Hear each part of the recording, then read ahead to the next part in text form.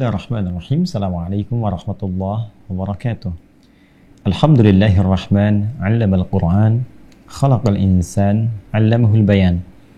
Wassalatu wassalamu ala Rasulillahi habibir rahman wa ala alihi wa sahbihi wa dzurriyyatihi wa ummatihi ila yaumil mi'ad wa fi'il hanan wa ba'd. Saudara-saudariku, alhamdulillah kita memuji Allah Subhanahu wa taala, bersyukur kepadanya atas segala karunia nikmat yang telah Allah berikan kepada kita, khususnya nikmat kesempatan untuk menunaikan rangkaian ibadah Ramadan sampai dengan di hari kelima Ramadan tahun 1444 Hijrah, bertepatan dengan 27 Maret 2023 Masehi. Semoga Allah Subhanahu wa taala memuliakan kita sampai detik ini dan menerima seluruh rangkaian ibadah yang telah kita tunaikan. Amin insyaallah. Teman-teman, di edisi Aku Suka, ayo kultum sejenak untuk berbuka kali ini kita akan meneruskan kembali kajian surah-surah pilihan yang termasuk dalam rangkaian Juz Amma. Alhamdulillah, setelah kita memulai dengan Al-Fajr, kemudian Al-Ghasyiyah, kini kita akan melanjutkan pada surah ke-90 yaitu surah Al-Balad. Seperti biasa, sebelum kita kaji kandungan umum di surah ini, kita akan dengarkan dulu tilawah yang akan dibacakan oleh Ustadz Muhammad Nur Syarifuddin Zaki. Kepada beliau dipersilahkan dan semoga kita bisa menyimak dengan baik dan tentunya merasakan sentuhan-sentuhan di hati pada setiap ayat yang ditilawahkan.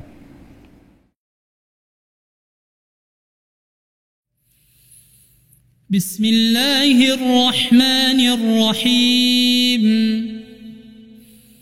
لا أقسم بهذا البلد وأنت حل بهذا البلد ووالد وما ولد لقد خلقنا الإنسان في كبد أيحسب أن لن يقدر عليه أحد يقول أهلكت مالا لبدا أيحسب أن لم يره أحد ألم نجعل له عينين ولسانا وشفتين وهديناه النجدين فلاقتحم العقبة وما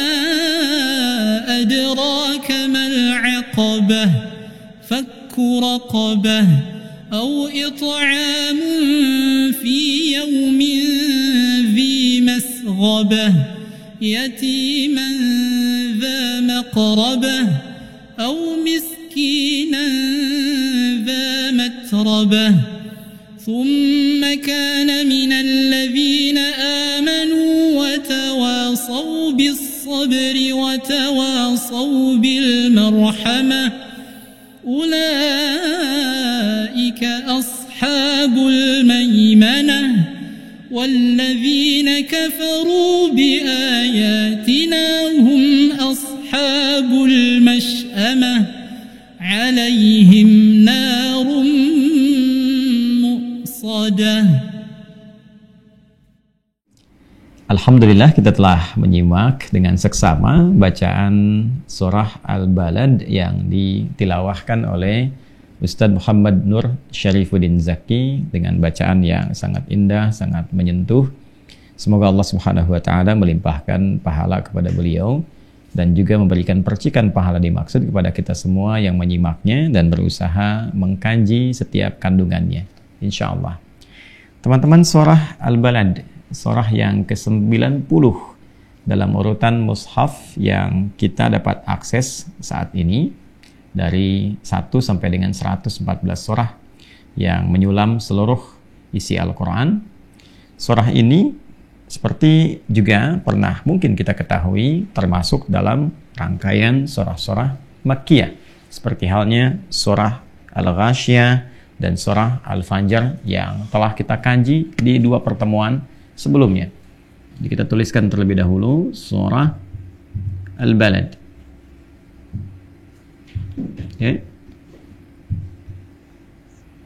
Itu surah yang ke-90 dalam urutan mushaf atau susunan mushaf yang bisa kita akses sampai dengan kini. Nah, seperti pernah kita pelajari saat menerangkan tentang surah Al-Ghasyiyah, kemudian juga surah Al-Fajr, tentang ciri khas surah-surah Makkiyah, maka insya Allah di pertemuan ini kita akan mendapatkan hal baru dari karakteristik surah Al-Balad yang melengkapi ciri-ciri atau juga pedoman-pedoman yang terkait dengan surah-surah Makkiyah. Bila di pertemuan yang lalu, teman-teman sekalian, kita telah mengulas bahwa surah-surah Makkiyah memiliki karakteristik yang pertama, pada umumnya diturunkan dalam kondisi umat Islam secara kuantitas menjadi minoritas atau sebagai minoritas. Kemudian yang kedua, dalam kondisi minoritas ini umat Islam dipandu bagaimana menjaga, mempertahankan dan menguatkan akidah di tengah gempuran berbagai macam budaya, pemikiran, atau bahkan juga ajakan-ajakan yang boleh jadi akan mengorbankan keyakinan yang sudah terpatri di dalam jiwa itu. Dan yang ketiga juga digambarkan tentang bagaimana lifestyle atau gaya hidup masyarakat jahiliyah, yang dikoreksi oleh Al-Quran sehingga mengarahkan insan beriman untuk berpikir panjang, memiliki visi hidup yang berkelanjutan, berkemajuan, bahkan berpikir bahwa setiap fasilitas kehidupan yang Allah berikan kepada kita itu, baik yang cukup ataupun juga dipandang berlebih, pada hakikatnya adalah untuk bisa memberikan fasilitas terbaik bagi kita dalam memaksimalkan ibadah dan akan dibawa menghadap Allah untuk dipertanggungjawabkan, dihisab, ditanya, dan akan menentukan akhir kehidupan kita dengan semua bekal itu. Nah, yang menarik di surah Al-Balad ini akan melengkapi dengan karakteristik yang keempat, yaitu bagaimana mengatasi tekanan-tekanan kehidupan, yang dialami dalam rangka membawa misi-misi ibadah atau mengimplementasikan tugas dari Allah sebagai misi ibadah, baik dalam rangka ibadah ritual mengagungkan Allah, menyembah Allah, pun demikian mengimplementasikan nilai-nilai penyembahan itu dalam konteks kehidupan sosial, dalam membangun tata kehidupan di dunia atau di tempat yang kita pijak, bagaimana membawa value Islam dalam kehidupan, dibawa ke bidang ekonomi, dipraktekkan dalam bisnis, dibawa ke birokrasi, nilai-nilai kejujuran, nilai-nilai kesabaran, kedisiplinan, kemudian juga sifat amanah dan sebagainya. Itu tidak mudah menerapkan itu semua. Kadang-kadang dihadapkan ke dalam berbagai tekanan-tekanan atau tantangan-tantangan yang bukan hanya menguji akidah, tapi juga boleh jadi mendapatkan tantangan yang secara langsung menguji pada kondisi fisik. Entah itu sifatnya boleh jadi akan menyakiti, boleh jadi juga akan melukai, dan dalam kondisi-kondisi tertentu dihadapkan pada tantangan-tantangan yang beresiko pada kematian atau barangkali mengancam kepada nyawa. Ya, kalau kematian kan sifatnya sudah ajal, tapi tekanan-tekanan dan tantangan yang dihadapi ini itu bagian dari ujian-ujian yang mau tidak mau akan pasti dihadapi dalam berkehidupan. Ya, sekarang orang berbuat negatif saja pasti ada tantangannya. Ya, orang akan berbuat maksiat pun akan melewati jalannya. Ya, maka bagaimana dengan orang-orang yang berbuat taat, berbuat kebaikan? Karena fitrah kehidupan itu mendapatkan sesuatu pasti bersanding lurus dengan ujian-ujian yang pasti akan dihadapi. Nah, kembali ke surah ini teman-teman sekalian, maka surah Al-Balad memberikan gambaran kepada kita tentang fitrah kehidupan, ya, yang tidak akan lepas dari tantangan, tekanan, karena di situ nanti ada nilai-nilai kebaikan yang akan dinilai. Pahala akan ada di situ. Ya, bagaimana kita bisa mendapatkan pahala kalau tidak ada ujian? Ya kan? Bagaimana kita bisa mendapatkan nikmatnya sabar kalau tidak ada tekanan? Ya, bagaimana kita bisa mendapatkan sifat kasih dari Allah berupa rahmat, berupa ketenangan, kedamaian, ketentraman kalau kita tidak pernah mengalami satu persoalan dalam kehidupan? Maka dalam kondisi-kondisi Nabi Shallallahu Alaihi Wasallam berada di fase Makkiyah sebelum atau pra-hijrah. Ya, pra-hijrah, sebelum beliau berangkat ke Yathrib yang kelak menjadi Al-Madinah, Al-Munawwarah, akumulasi tekanan-tekanan itu begitu didapatkan dalam periode Mekah khususnya.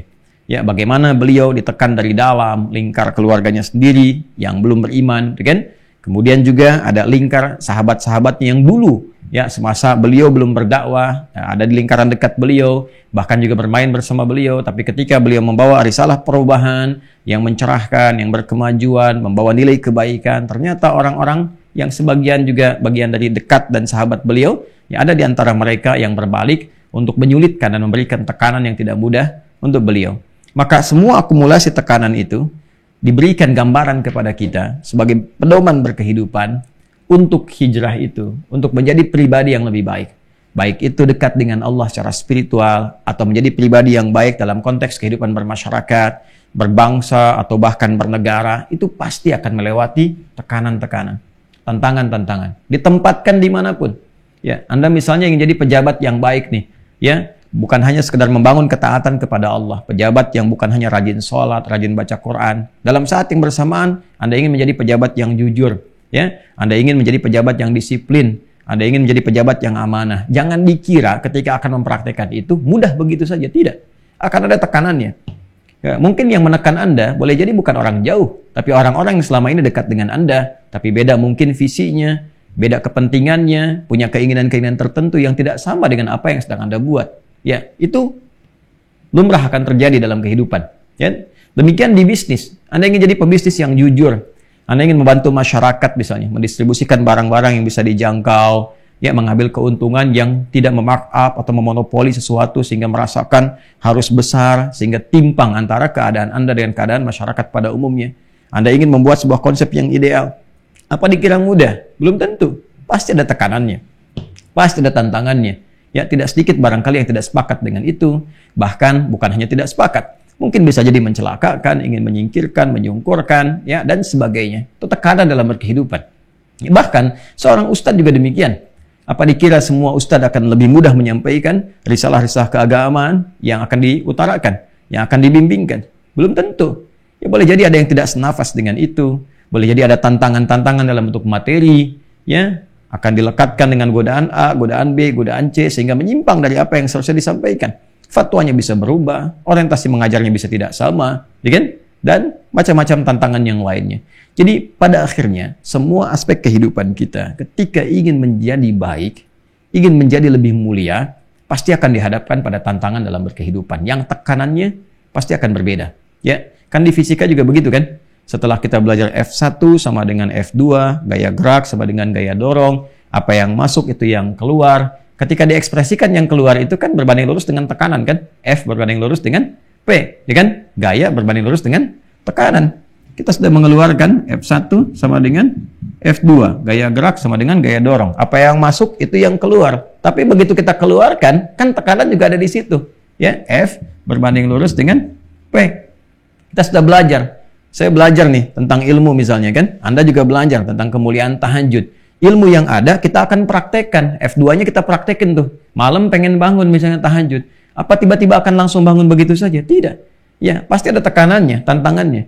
Ya, apakah rasa ngantuk, tiba-tiba muncul malas, tiba-tiba ada acara yang lain di saat yang bersamaan, dan sebagainya. Nah, itu skala yang kecil. Kalau kita bawa ke kehidupan yang lebih kompleks lagi, maka spirit surah Al-Balad dalam periode Makkiyah itu memberikan gambaran kepada kita, hidup itu pasti berbanding lurus dengan tantangan, berbanding lurus dengan tekanan-tekanan yang menguji kita, sekaligus menguatkan ketahanan kita untuk menjalani etapa-etapa kehidupan berikutnya, sehingga lebih berkualitas, lebih baik, dan lebih memuliakan kita dengan pahala yang terakumulasi. Ya, jadi kita ingin teruskan dulu kepada konteks ayatnya. Yang pertama saya terangkan dulu bagian sisi karakteristik surah Makkiyah setelah 3 kemarin kita ambil sampai berhenti di surah Al-Ghasyiyah di gaya hidup. Sekarang kita masuk ke tekanan kehidupannya. Nah, untuk menjelaskan fitrah ini, ya, sampai Allah meyakinkan kita dengan bersumpah. Ya kan? Nah, Allah itu tidak harus bersumpah untuk menerangkan itu. Cukup disampaikan, selesai. Tapi kalau kita belajar gramatikal dalam setiap bahasa, terutama bahasa Arab, ya, ketika ada unsur sumpah di dalamnya, ini menunjukkan informasi yang disampaikan begitu pentingnya, sehingga diminta kita menajamkan dan menghunjamkan informasi itu ke dalam jiwa dan tidak ragu sedikit pun. Sehingga dengan kemantapan dalam hati itu, kita siap menghadapi berbagai hal yang akan kita dapati dalam kehidupan. Ya, itu poinnya. Baik ya. Jadi jangan pernah ragu, tancapkan pada hati dan jadikan sebagai pijakan dan pedoman dalam berkehidupan. Itu maksudnya. Ya. Maka dimulai sumpahnya dengan sesuatu yang sangat luar biasa, sesuatu yang sangat penting, yaitu tentang kota Mekah itu sendiri, disebut dengan al-balad. La uqsimu bihadzal balad. Ya, Allah bersumpah, Allah Subhanahu wa taala bersumpah dengan keagungan negeri ini. Jadi al-balad yang dimaksud di sini adalah kota Makkah al-Mukarramah.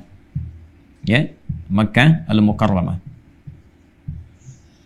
Kita sudah mengetahui bahwa Makkah adalah kota yang sangat diberkahi, kan? Kita lihat misalnya di Al-Baqarah, Quran surah yang kedua di ayat 126, di lisan Nabi Ibrahim ketika memohon kepada Allah untuk memberkahi negeri Makkah ini. Ya, wa idz qala Ibrahimu, ya ketika Nabi Ibrahim alaihissalam memohon kepada Allah Subhanahu wa taala, ya Rabbi ij'al hadzal balada amina, atau Rabbi ij'al hadza baladan amina warzuq ahlahu minats tsamarati man amana minhum billahi wal yaumil akhir. Qala wa man kafara fa umatti'uhu qalila thumma adtarruhu ila adzabin nari wa bi'sal masir. Dan pahami, ingat, ketahui ketika Nabi Ibrahim memohon kepada Allah Subhanahu wa taala untuk memberikan keberkahan sempurna kepada tempat ini, negeri ini, yaitu Makkah al-Mukarramah, dan disebut dengan balad. Ya.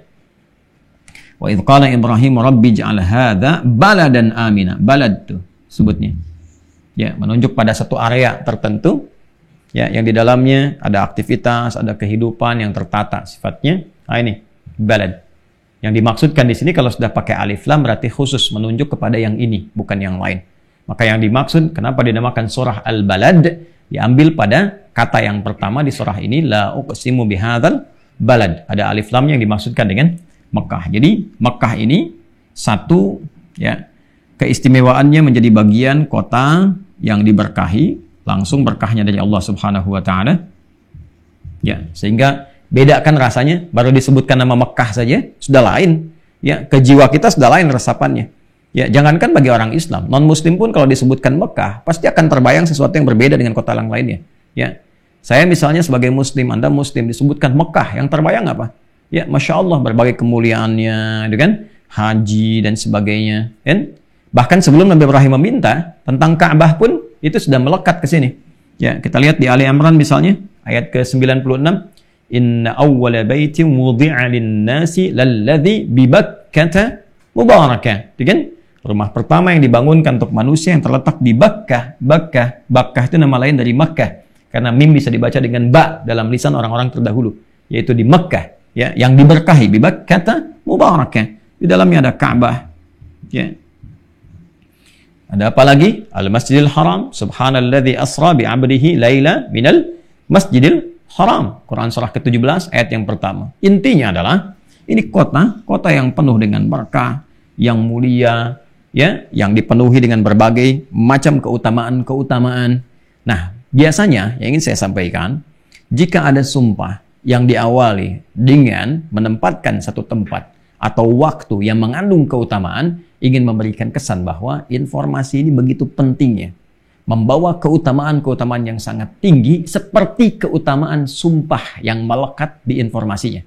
Ya, jadi kalau kotanya disebutkan seakan-akan yang mengatakan begini, hey, informasi ini begitu penting, ya, begitu sempurna, begitu istimewa, sesempurna kota Mekah ini yang dipenuhi keberkahan-keberkahan.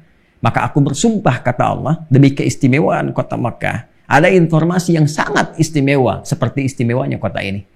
Jelas ya? Wa anta hillum bihadzal balad, dan Muhammad SAW, engkau adalah orang yang dimuliakan, diberkahi, sehingga diberikan keleluasaan untuk beraktivitas di kota Mekah ini. Yang lain terbatas. Ya, ada yang boleh, ada yang nggak boleh. Ya, ini yang harus dilakukan, ini yang nggak boleh dilakukan. Al-Haramain Asy-Syarifain di Mekah dan di Madinah. Ya kan, kita saat datang ke Mekah kan ada aturan-aturan kan? Ya, sudah sangat dipahami dengan baik. Ini nggak boleh membunuh sembarangan dari hewan-hewan untuk berburu dan sebagainya. Ya kan? Ada yang dilarang merusak tanaman, dilarang bertikai di dalamnya yang mengakibatkan pada pertentangan, pada resiko-resiko saling membunuh, saling berperang dan sebagainya. Sedangkan Nabi punya pengecualian. Karena beliau punya misi yang langsung dibimbing oleh Allah. Maka disempurnakan oleh Allah dengan pedoman beraktivitas di Mekah. Engkau silahkan Muhammad SAW lakukan yang ingin kau lakukan dengan bimbingan-bimbingan berikut. Khusus untuk Nabi Muhammad SAW diberikan keistimewaan. Ya, maksudnya apa? Selain sumpah dengan kota Mekahnya, bersumpah dengan nabinya yang leluasa beraktivitas di situ, sekaligus memberikan juga kelapangan kepada Rasulullah untuk menghadapi segala cobaan yang akan dilalui. Ya, silahkan. Ini ada keistimewaan, kau diberikan keistimewaan. Ya, wa walidin wa ma walad. Dan semua generasi yang terus berkembang berkehidupan dari Adam alaihissalam dan keturunannya. Bayangkan, saking pentingnya informasi yang Allah ingin sampaikan, maka diurutkan oleh Allah. Ini Makkah yang sempurna, Nabi yang luar biasa, dan semua genealogi kehidupan dari Adam sampai dengan terus akhir keturunannya yang terus berkembang beraktivitas. Apa yang disampaikan? Ya, laqad khalaqnal insana fi kabad. Sungguh setiap manusia yang berkehidupan sejak zaman dari Nabi Adam, genealogi ke Adam alaihissalam, wa walid wa ma walad, dan terus yang dilahirkan berketurunan, semua disebut insan. Insan itu nama yang dilekatkan pada manusia yang menjalani semua totalitas aktivitasnya. Kurang lebih disebutkan 65 kali dalam Al-Quran. Jadi manusia yang ditunjuk dengan nama insan memberikan kesan semua aktivitasnya. Nah, aktivitas manusia itu, kata Allah, saya bersumpah dengan 3 hal tadi, dari Adam sampai dengan semua berakhir, semua aktivitas manusia tidak akan pernah terpisahkan dari perjuangan menghadapi tekanan, menghadapi tantangan. Tantangan. Ya, tekanan. Gitu. Laqad khalaqnal insana fi kabad. Ya, sungguh demi keagunganku, aku desain penciptaan manusia itu dalam beraktivitas pasti akan lelah menghadapi tantangan, menghadapi tekanan berkehidupan. Yang tekanan itu dihadirkan bukan ingin membuat manusia tertekan. Ingat itu. Ya, dia cara memahaminya. Awas ya, jangan salah memahami. Ya, tapi sungguh pertama ingin meningkatkan kualitas kehidupan manusia. Membuat dia lebih kuat lagi. Ya. Anda kalau nggak pernah berlatih beban, ya kan? Ada kan yang berlatih beban ya? Selain kardio, kayak berlari dan sebagainya, kan ada yang berlatih beban kan? Ya, mengangkat nih sekian kilo, ada barbel, ada macam-macam dan sebagainya. Bukankah kalau Anda sering latihan seperti itu menjadi lebih kuat ototnya? Ya kan? Fisiknya menjadi lebih tangguh? Sekali lagi, kalau saya kembali kepada kata-kata saya tadi, Anda yang nggak pernah latihan seperti itu, lalu dibandingkan dengan orang yang sudah berlatih, ya beban, ngangkat, barbel dan sebagainya, pasti akan terjadi perbedaan kekuatan. Ototnya lebih kuat, lebih tangguh, mengatasi berbagai macam beban-beban yang dia hadapi secara fisikal lebih mudah. Ya, sama persis orang-orang yang terlatih dengan beban kehidupan. Ya, dia bergerak mendapatkan masalah ini, bergerak mendapatkan masalah itu. Maka, akalnya terlatih dengan cepat merumuskan sesuatu dan mencari solusi. Fisiknya terlatih dengan kuat menghadapi berbagai macam rintangan. Ya, ini sudah fitrah dalam kehidupan. Akhirnya apa? Akhirnya kita temukan betapa rahmannya Allah kepada kita. Ketika diuji dengan satu tantangan yang membuat kita lelah kadang-kadang. Tapi pada akhirnya apa? Kualitas hidup kita meningkat. Di dalamnya kita merasakan nikmatnya sabar. Di situ kita mengetahui tentang indahnya tawakal. Dan puncaknya, ternyata dari semua ini, itulah yang kita harapkan untuk mendapatkan rahmat Allah di akhirat berupa surga. Bukankah modalnya pahala? Kan? Kalau tidak pernah diuji, bagaimana ada pahalanya? Kan? Kalau tidak pernah bisa mendapatkan tekanan kehidupan, tantangan kehidupan, bagaimana kita bisa mendapatkan indahnya semua bagian ajaran-ajaran yang Allah turunkan ini? Maka Allah memberikan satu motivasi, penguat kepada kita. Wajar dalam hidup kita menghadapi tantangan dalam berkehidupan. Apalagi bila kita ingin menjadi lebih baik. Hijrah. Pasti ada tantangannya. Apa dikira seorang perempuan muslimah yang belum berhijab, tiba-tiba pengen berhijab, mudah begitu saja berhijab? Belum tentu. Ada tantangan kadang-kadang orang sekitar. Ya sudah tahu muslimah pengen pakai jilbab, kan masih ditanya lagi, emang sudah siap? Loh kok yang ditanya siapnya? Kan muslimah. Kan? Itu tidak mudah teman-teman sekalian. Sama dengan yang laki-laki nggak pernah ke masjid, pengen ke masjid, itu bergulat dulu dengan perasaan.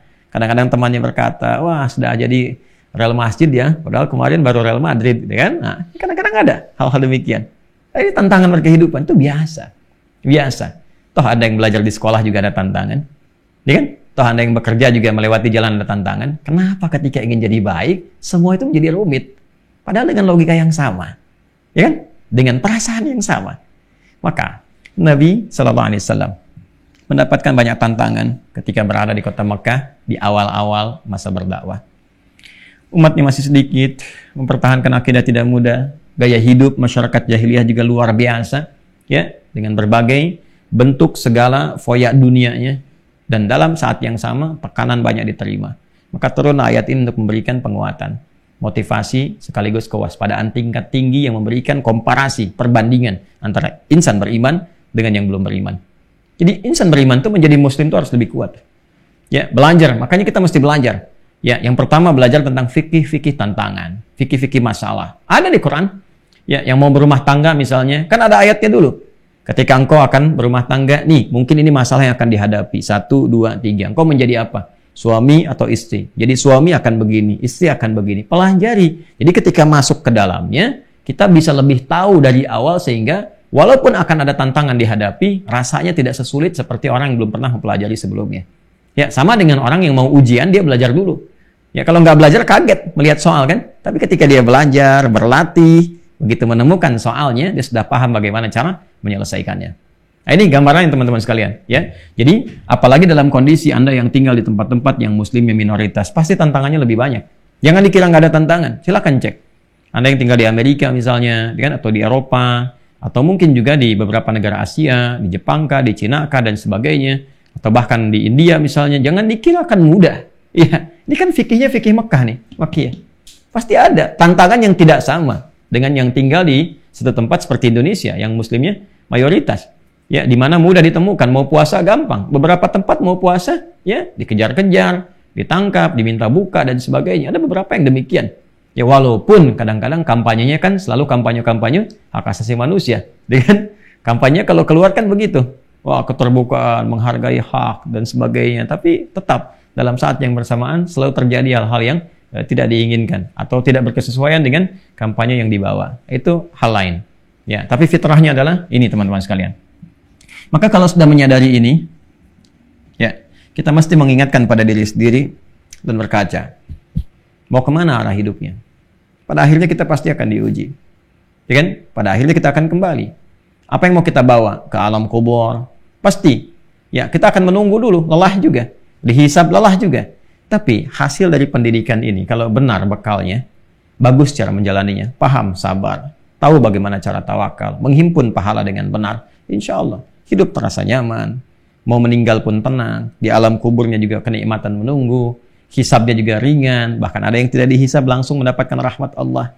Kan? Itu janji yang langsung disampaikan oleh Allah sebagai pencipta kita. Maka dari itu, sadarlah. Kita diberikan oleh Allah banyak kemapanan bahkan dalam fisik kita sendiri. Ada 2 mata, ainain. Ya? Kemudian ada 2 telinga. Ada 2 bibir, syafatain. Ya? Ada banyak pilihan. Ada rumusan-rumusan hati. Hadainahun najdain, dari akal yang merumuskan, dari hati yang memberikan rasa, petunjuk kepada diri kita. Tanyakan pada jiwa kita yang terdalam, mau kemana hidup ini? Ya, mau digunakan apa pandangan kita, akal kita, telinga kita, lisan kita. Baik ya? Nah, kalau sudah paham semua itu, jangan bandingkan dengan orang yang menyibukkan kehidupannya hanya untuk mencari kesenangan dunia dan merasakan bahwa kemewahan itu segalanya. Ya, qulu ahlaktu malan lubada. Dia mengatakan, waduh, ini hartaku udah banyak keluar nih. Ya, ada orang-orang yang ukurannya semua materi itu. Semua dipandang materi. Kalau pengen hebat ya yang paling kaya, yang paling punya kedudukan, sehingga persaingannya dengan materi semua. Ya, dilihatnya semua dengan materi. Ayo cari itu sebanyak-banyaknya. Ya, pada akhirnya ditanya oleh Quran, apa yang bisa dipersembahkan oleh materi yang kau kumpulkan itu untuk menyelamatkan kau dari hisab di hari kiamat? Hati-hati. Ya, saya juga memberikan kesan kepada para ustadz, hati-hati ya. Ya, hati-hati. Mesti kita saling mendoakan tuh, ustadz, kiai, habaib dan sebagainya. Jangan sampai ya apa yang Allah amanahkan kepada kita untuk mengajar lewat ilmu itu dikuasai kemudian oleh materi-materi duniawi. Ya, mungkin kalau bukan kitanya yang terbawa atau pihak-pihak tertentu yang datang dengan materi sekian, kan? Asal bergeser fatwanya, asal melakukan ini dan itu yang menodai nilai-nilai kesucian, ya ajaran kebaikannya, maka itu juga resiko yang akan dipertanggungjawabkan. Bukan hanya dalam konteks masyarakat secara umum, termasuk juga para ahli agama di sini. Ya, kembali ke sini teman-teman sekalian, maka mesti berbeda cara pandang kita. Ya, orang-orang yang menyibukkan diri dengan dunia, loba dengan materi, mulai saatnya merenung. Bagaimana kalau Allah wafatkan saat ini? Di saat kita merasakan banyak kemapanan dalam kehidupan dunia, coba berpikir bagaimana kemapanan itu akan diteruskan sampai ke akhirat. Apakah hanya dunia? Jangan-jangan alam kuburnya justru lebih sempit, lebih gelap, dan itu pertanda akhiratnya nestapa atau terancam dalam hal yang sangat harus diwaspadai. Sebaliknya, orang-orang yang menyiapkan dengan baik, jangan tinggalkan dunia. Dunianya mapan, baik, bagus, mewah, bahagia. Pun demikian akhiratnya pun menunggu dengan nilai kebaikan yang telah ia siapkan sejak dia di dunianya. Maka apa yang bisa dilakukan? Allah turunkan beberapa amal yang utama. Dulu ada perbudakan, lepaskan perbudakan. Bantu orang, jadikan orang merdeka. Beri makan anak yatim, dekati orang-orang miskin.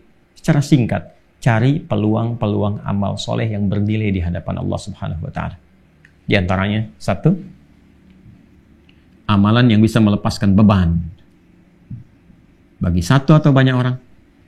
Ya, bagi saya mungkin ilmu dengan nasihat, sehingga dengan nasihat itu orang-orang yang punya beban barangkali bisa lebih tercerahkan, lebih ringan, itu punya nilai.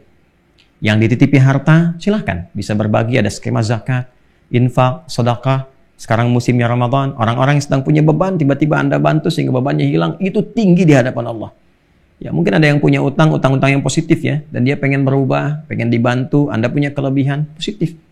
Ya, ada yang punya kedudukan, bikin kebijakan melepaskan beban orang lain. Satu tempat jalannya rusak, gitu kan? Dan beban itu Anda angkat, dibikinkan jalan yang lebih bagus. Ada yang sulit gak punya jembatan, dibuatkan jembatan, dibuat kebijakan yang benar sehingga beban masyarakat tuh bisa terangkat. Itu pahalanya tinggi. Seperti melepaskan seseorang dari perbudakan. Itu gambarannya kalau konteks kekinian. Ya, tapi Anda juga jangan tukar, gitu kan? Kadang-kadang suka tertukar. Saya ini ustadz, titipannya ilmu bukan harta. Ya. Jadi kalau ada kesulitan di masalah keuangan, larinya jangan ke ustadz. Larinya ke siapa? Larinya yang punya titipan-titipan ini. Ya, sama. Mohon maaf, kadang-kadang kita ngobrol-ngobrol ya teman-teman. Jadi kalau ada yang kesulitan, bebas ini, bebas itu, saya suka rekomendasikan. Coba ini, cari ke Bazis, ke Bazdas, ke teman ini, teman itu, dan sebagainya. Ya sama, kita mungkin bisa doakan, referensikan, tenangkan. Tapi pada intinya adalah amalan-amalan yang bisa melepaskan beban dalam kehidupan. Ya, yang lainnya ada fakir miskin yang bisa kita temani, semampu yang bisa kita lakukan, membebaskan dari kesulitan mereka. Ya, kemudian juga ada anak-anak yatim dan sebagainya. Kalau bisa kita konsisten, pada intinya adalah berbuat baik. Ya, selama masih hidup cobalah berbuat baik, apapun posisinya. Jadi pejabat yang baik. Ya, jadi hartawan yang dermawan. Jadi ahli ilmu yang sedang berbagi dengan tulus, dengan ikhlas. Ya. Jadi masyarakat yang baik. Kalau semuanya baik, insya Allah hidupnya akan tenang. Wafatnya pun tenang dan kembali kepada Allah dengan hisab yang tenang. Itulah di penghujung ayatnya Allah sampaikan bahwa orang-orang yang beriman itu pasti akan menata hidupnya dengan baik, berubah, mempersiapkan kematian yang indah dan kembali kepada Allah dengan suasana yang cerah. Sebaliknya, ditutup di ayat 19 sampai dengan ayat 20, karena 20 ayat surah Al-Balad ini orang-orang yang tetap ingkar dengan referensi dunianya, kumpulan materinya, maka dia terancam sampai dengan akhiratnya. Diinfokan sejak di dunia supaya kita sadar mempersiapkan diri dengan baik dari sejak dunia, alam kubur hingga akhirat yang akan kita jelang bersama. Teman-teman, itulah surah Al-Balad secara umum. Karena aku suka ini hanya membahas kandungan secara umum saja, secara general. Insya Allah kajian-kajian detailnya kita sampaikan di kajian khusus tentang pembahasan juz amma yang di Tanah Kusir ya, setiap Sabtu, tapi di luar kajian Ramadan. Teman-teman, itu yang bisa disampaikan. Semoga bermanfaat, semoga Allah muliakan kita semua, dan semoga apa yang kita kaji bersama mendapatkan ridha Allah Subhanahu wa Ta'ala. Allahumma taqabbal minna innaka antas sami'ul alim wa tub 'alaina innaka antat tawwabur rahim. Rabbana atina fid dunya hasanah wa fil akhirati hasanah wa qina adzaban nar. Sallallahu alaihi wasallam Muhammad wa ala alihi wa sahbihi ajma'in wa akhiru da'wana alhamdulillahi rabbil alamin. Demikian, selamat berbuka. Assalamualaikum warahmatullahi wabarakatuh.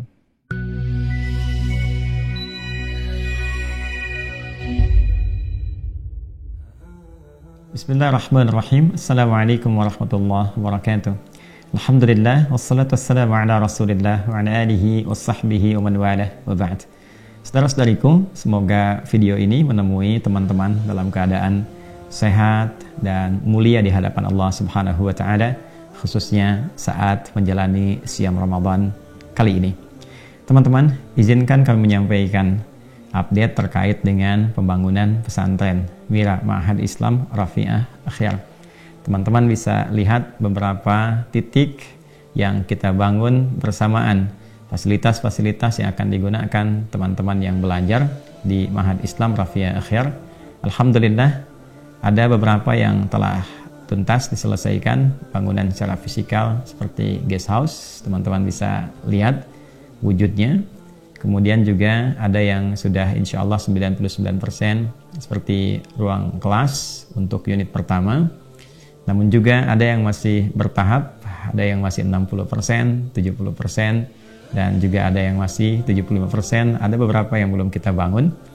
Alhamdulillah saat ini kita ingin lakukan speed up pada masjid, percepatan pembangunan agar lantai yang pertama bisa digunakan untuk i'tikaf, kemudian juga asrama yang akan kita optimalkan sehingga di tahun ini ada kegiatan-kegiatan yang sudah bisa digunakan, dan berharap kepada Allah Subhanahu wa taala semua aset-aset di pesantren ini, bahkan tanahnya, semua jengkal, bahkan gedungnya, bahkan semua fasilitasnya itu bernilai wakaf.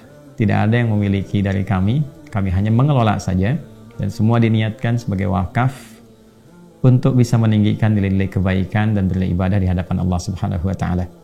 Teman-teman, terima kasih membersamai program wakaf ini. Masih terbuka bahkan di Ramadan kali ini.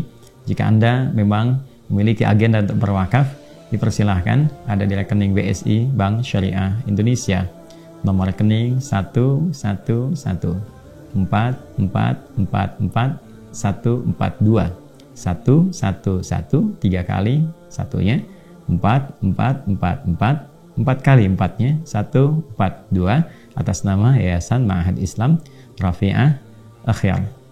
Teman-teman, insya Allah semua ini sekali lagi akan kita niatkan sebagai wakaf, dan dengan izin Allah Subhanahu wa taala sebelum datang santri-santri formal kita akan isi dulu dengan kelas-kelas mira sesuai dengan undangan-undangan yang seringkali saya sampaikan. Semoga bermanfaat, semoga dinilai ibadah oleh Allah, dan semoga sempurna niat kita dengan izin Allah Subhanahu wa taala untuk berwakaf. Terima kasih. Adi Hidayat. Assalamualaikum warahmatullahi wabarakatuh.